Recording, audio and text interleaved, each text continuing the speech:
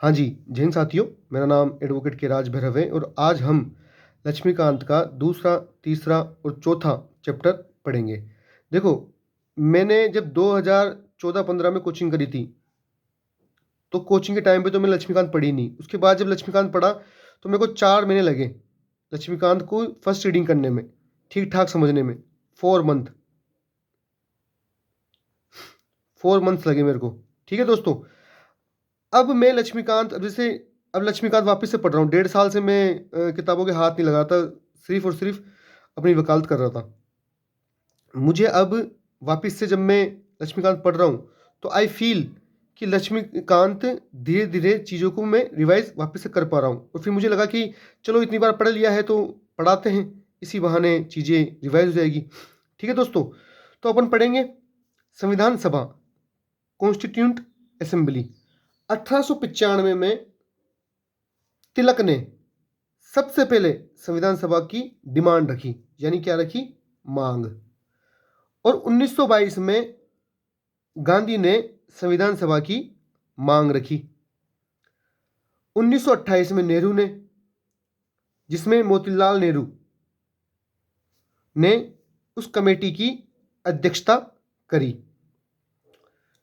फिर 1934 में M N Roy यानी मानवेंद्र नाथ रॉय ने, वामपंथी नेता थे, उन्होंने संविधान सभा की मांग रखी। फिर 1935 में कांग्रेस ने संविधान सभा की मांग रखी। फिर 1938 में नेहरू ने संविधान सभा की मांग के लिए प्रस्ताव रखा, यानी घोषणा की स्वतंत्र भारत में स्वतंत्र भारत के लिए संविधान सभा का निर्माण किया जाए और उसमें वयस्क मताधिकार के आधार पर चुनी संविधान सभा द्वारा होगा। यानी उस संविधान का निर्माण वयस्क मताधिकार के आधार पर चुनी संविधान सभा द्वारा होगा। और 1940 में अगस्त प्रस्ताव आया था, अगस्त ऑफर क्या आया था? अगस्त प्रस्ताव आया था। तो नेहरू की इस मांग को अंग्रेजों ने स्वीकार किया। इसे अगस्त प्रस्ताव के नाम से जाना जाता है। और 1942 में क्रिप्स मिशन 1942 में क्रिप्स मिशन में सर स्टैटफोर्ड क्रिप्स के नेतृत्व में संविधान के निर्माण हेतु भारत भेजा गया, जिसे मुस्लिम लीग ने, जिसे क्या किया? जिसे मुस्लिम लीग ने एक्सेप्ट नहीं किया। मुस्लिम लीग ने डिमांड रखी कि भारत को 2 ऑटोनोमस स्टेट यानी 2 स्वायत्त हिस्सों में बांट दिया जाए, यानी भारत का बंटवारा कर दिया जाए। फिर 1946 में कैबिनेट मिशन ने संविधान सभा का गठन किया। संविधान सभा के कुल मेंबरों की जो संख्या थी वो थी 389। इस 389 में 296 सीटें तो ब्रिटिश की थी, ब्रिटिश भारत की, यानी उस टाइम पे जो कंट्रोल था भारत पर वो ब्रिटिश गवर्नमेंट का था। तो 296 सीटें तो ब्रिटिश भारत की थी और 93 सीटें यानी 93 सीटें 93 सीट्स ये थी देसी रियासतों की। ठीक है दोस्तों, तो 389 सीटें थी, तो 296 सीटें तो ब्रिटिश भारत की और 93 सीटें प्रिंसली स्टेट यानी देसी रियासतों की सीटें थी।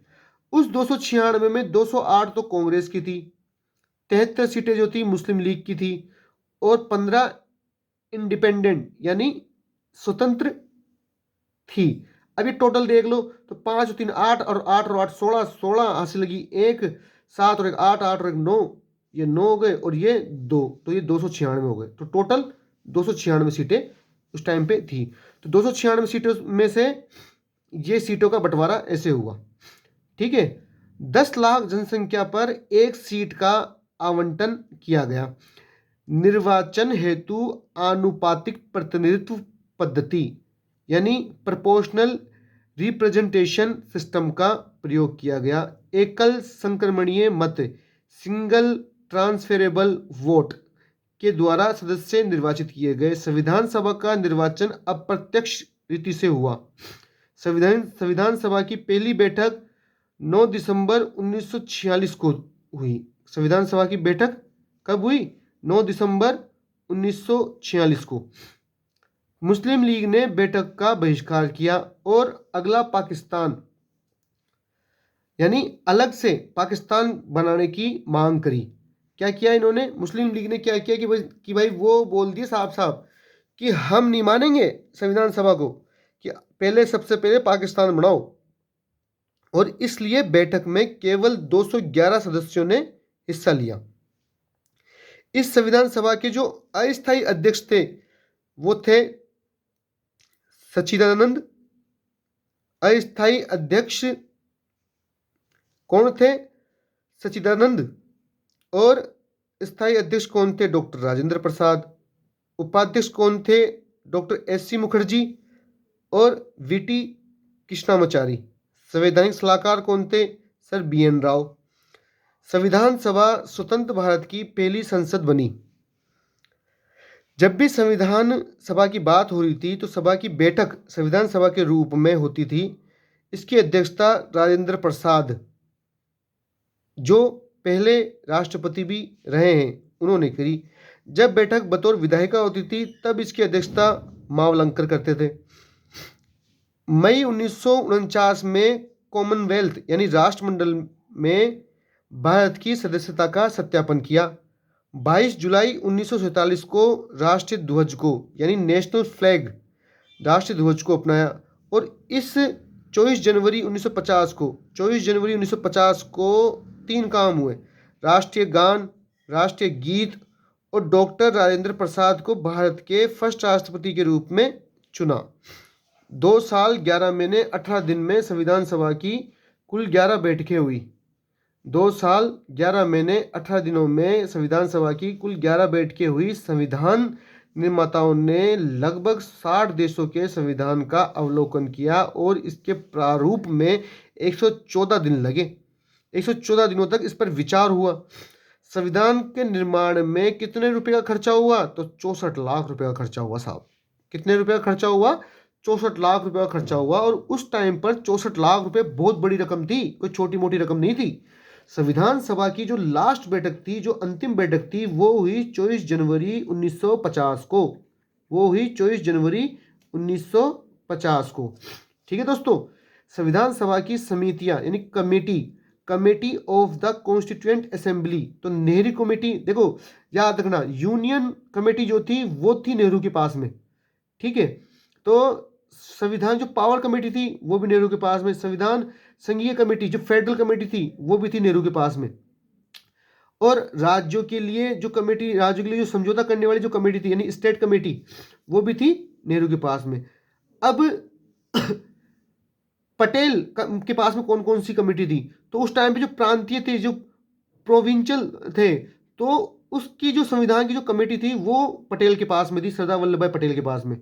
फंडामेंटल के लिए, अल्पसंख्यकों के लिए, जनजातियों के लिए और अलग से जो बहिष्कृत क्षेत्र है, जो सलाहकार कमेटी है, परामर्शदाता कमेटी, उस कमेटी के पास भी पटेल के पास ही थी। और उसमें से जो 2 उप समिति थी वो एक तो जेपी कृपलानी और दूसरी एस.सी. मुखर्जी, इनके पास में थी। अंबेडकर के पास में ड्राफ्टिंग कमेटी थी संविधान की। ठीक है। राजेंद्र प्रसाद के पास में रूल्स ऑफ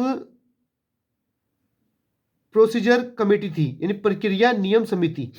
संचालन समिति भी प्रसाद के पास में थी। ध्वज की समिति भी थी और फाइनेंस और स्टाफ कमेटी भी थी। और पट्टाभी सीतारामैया के पास में हाउस कमेटी यानी सदन की समिति और मुख्य आयुक्त के प्रांतों के लिए समिति थी। बी.एन. राव ने प्रारूप समिति के सदस्य नहीं थे, संविधान सलाहकार थे। ठीक है। संविधान सभा की आलोचना, अब देखो ये देखो कब लिखा था मैंने, ये विजन टेस्ट का 2022 का क्वेश्चन है, क्वेश्चन नंबर 10, तो उससे मैंने ये फैक्ट उठाया था।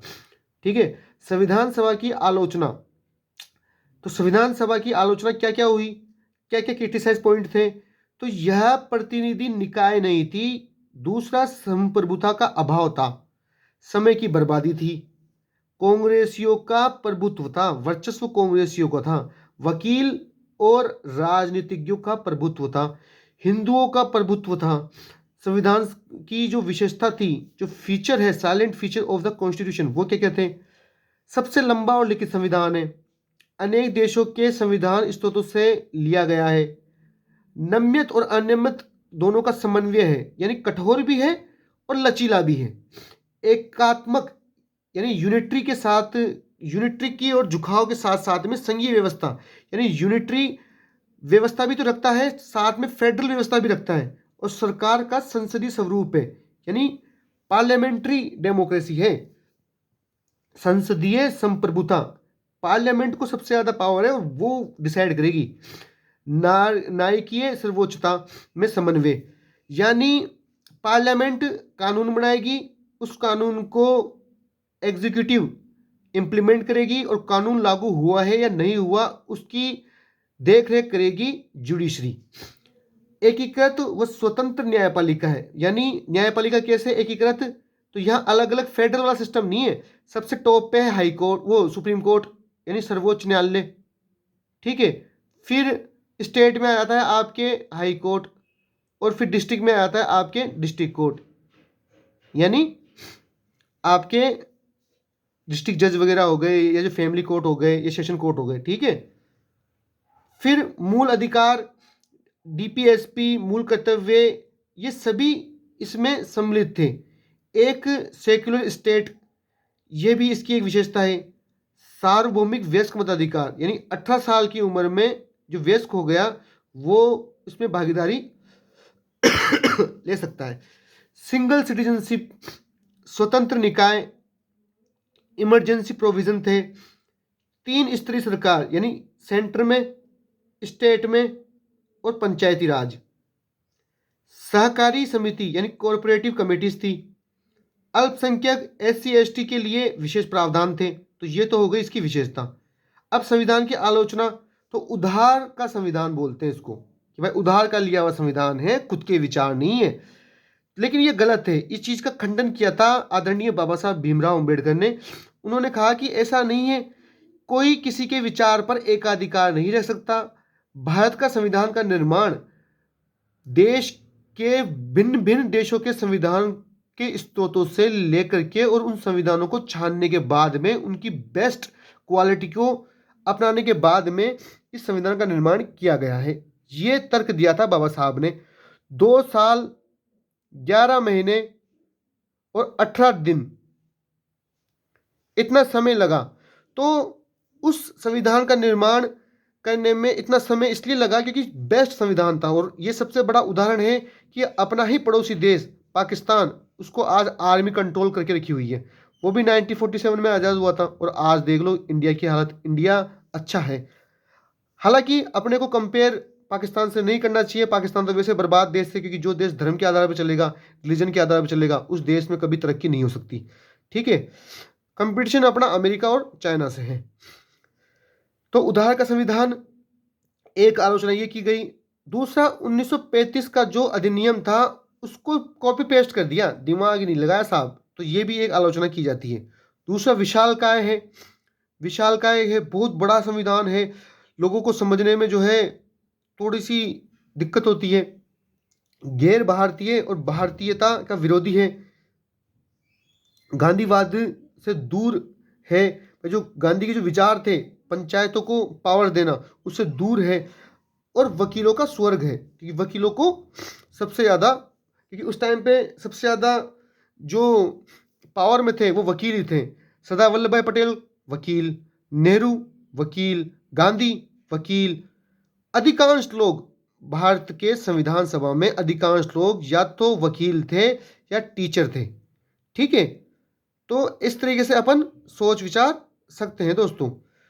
तो उम्मीद करता हूं कि आपको ये लेक्चर समझ में आया होगा, और अपन मिलेंगे नेक्स्ट लेक्चर में। मैं पूरी लक्ष्मीकांत की सीरीज करवाऊंगा, और फिर इसके शॉर्ट नोट्स भी करवाऊंगा,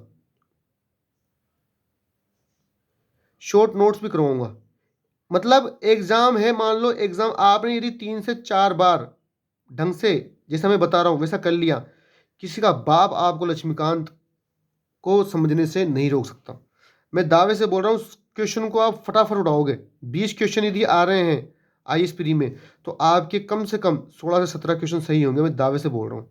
अब कोई बोले कि सर 16-17 क्यों, 20 के 20 क्यों नहीं हो? अरे दादा, तो 16-17 बहुत अच्छा स्कोर है, कोई मजाक नहीं है। ठीक है, तो सबसे पहला काम ये करना है कि लक्ष्मीकांत को 3 से 4 बार कम से कम पढ़ो। उसके फिर 3 से 4 बार पढ़ने के बाद खुद की भाषा में खुद के तरीके से नोट्स बनाओ। फिर उसके कम से कम 5 से 6 बार उसका रिवीजन करो और फिर सेक्शन टेस्ट लगाओ। फिर उसके कंसेप्ट को समझो। कंसेप्ट को समझने के बाद में यदि आप एग्ज़ाम से 2 दिन पहले इसका रिवीजन करोगे तो पॉलिटी तैयार हो जाएगी। जय हिंद, जय भारत। मिलते हैं नेक्स्ट लेक्चर में। नेक्स्ट लेक्चर में अपन पढ़ेंगे chapter 5। Thank you so much for discussion.